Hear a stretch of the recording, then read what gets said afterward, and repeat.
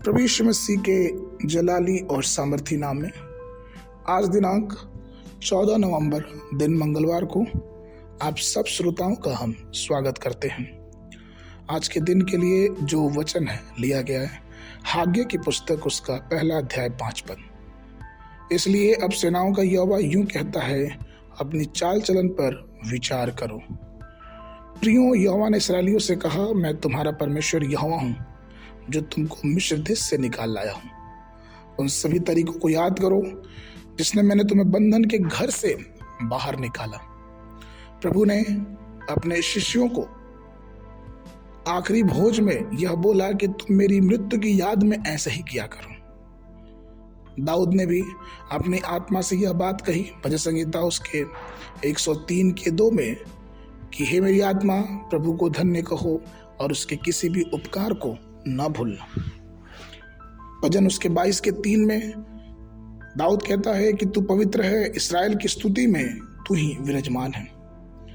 प्रभु के हाथ से प्राप्त उन सब उपकारों, सब अनुग्रह के लिए हमें उसका धन्यवाद देना चाहिए, उसकी स्तुति करना चाहिए। हमें अपने मनों पे विचार करना चाहिए कि परमेश्वर की भलाई कितनी बड़ी है हमारे जीवनों में। हमें दुनिया के अंत और प्रभु के आगमन के दिन को भी याद रखने की जरूरत है। क्या आप अपने मसीही जीवन अच्छी तरह से जी रहे हैं? क्या आप धार्मिकता में एक साथ जुड़े हुए हैं? क्या हम हर प्रकार की पवित्रता और प्रार्थनाशीलता में प्रभु के साथ आगे बढ़ रहे हैं? कहीं ऐसा तो नहीं कि हमारा विवेक हमें दोषी ठहरा रहा है? बिलाम जो गैर यहूदी भविष्यवक्ता था, प्रभु से प्रार्थना करता है गिनती 23 के 10 में कि मुझे धर्मी की मौत मरने दो और मेरा अंत उसके जैसा हो। हमें पता है कि किस प्रकार से बिलाम ने मोआब के राजा बलाक की बात सुन के इसराइलियों को पाप में गिरा देने अर्थात श्राप देने के लिए कुछ पैसों पे अपनी भविष्यवाणी को बेच दिया। वैसे ही आज हमें और आपको भी जांचने और परखने की जरूरत है। व्यवस्था विवरण उसका 11 और 12 पद, 11 अध्याय का 12 पद कहता है कि वह भूमि जिसकी चिंता तेरे परमेश्वर यहोवा को होती है, वर्ष के आरंभ से लेकर वर्ष के अंत तक तेरे परमेश्वर यहोवा की दृष्टि उस पर सदैव बनी रहती है। प्रियो, परमेश्वर की आंखें हमें सदैव देखती रहती हैं, चाहे कोई छोटा हो या बड़ा हो। उसका अनुग्रह, उसकी आशीषें, उसकी बातें हमारे जीवनों पे हमेशा बनी रहती है।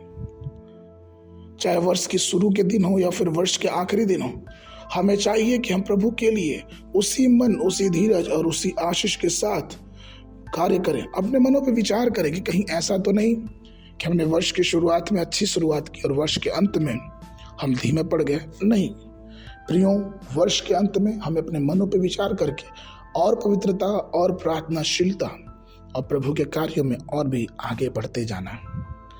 आज के मनन के लिए मत्ती उसके 24 अध्याय 13 और 14 पद। परंतु जो अंत तक धीरज धरे रहेगा उसी का उद्धार होगा और राज्य का यह सुसमाचार सारे जगत में प्रचार किया जाएगा कि सब जातियों पर गवाही हो, तब अंत आ जाएगा। बाइबल अध्ययन के लिए सुबह के समय विलाप गीत की पुस्तक उसका 3, 4, 5 अध्याय, शाम के समय इब्रानियों की पुस्तक उसका 10 अध्याय 19 पद से लेके 39 पद तक। परमेश्वर आप सबको आशीष देवे।